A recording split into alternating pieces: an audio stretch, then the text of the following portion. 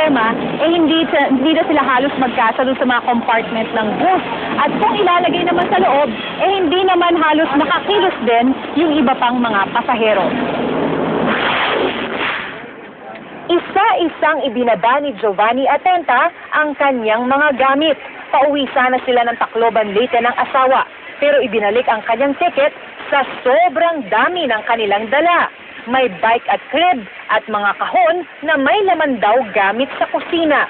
Lahat na gamit yan. Bakit? Hindi na babalik ng Maynila? Parang gano'n. Pinababa rin ng bus si Eric Samson. Bit-bit ang malaking kahon na ito na may lamang plastic cabinet at damit. Hindi makaalis kasi yung malaking bagay namin.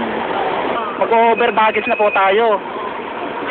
Mahirapan na po yung mga pasahero natin kung ikakarga pa natin yan.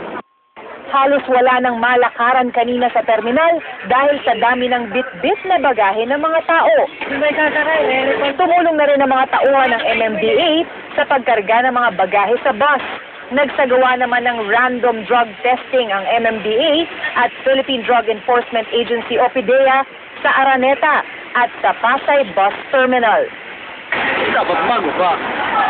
Agal ko, ano na itong pagkadrag. Kung hindi ka naman nagamit, wala problema. Kapag nagpositibo sa drug test, maaaring matanggalan ng lisensya o di kaya ay maharap sa kaso ang driver. Ang good news naman, Henry, ay wala pang nagpositibo sa droga sa mga driver na sumailalim sa random drug testing dito sa Araneta Center Bus Station at maging dyan sa Pasay Bus Terminal. Bagamat may isa na nagpositibo sa alak.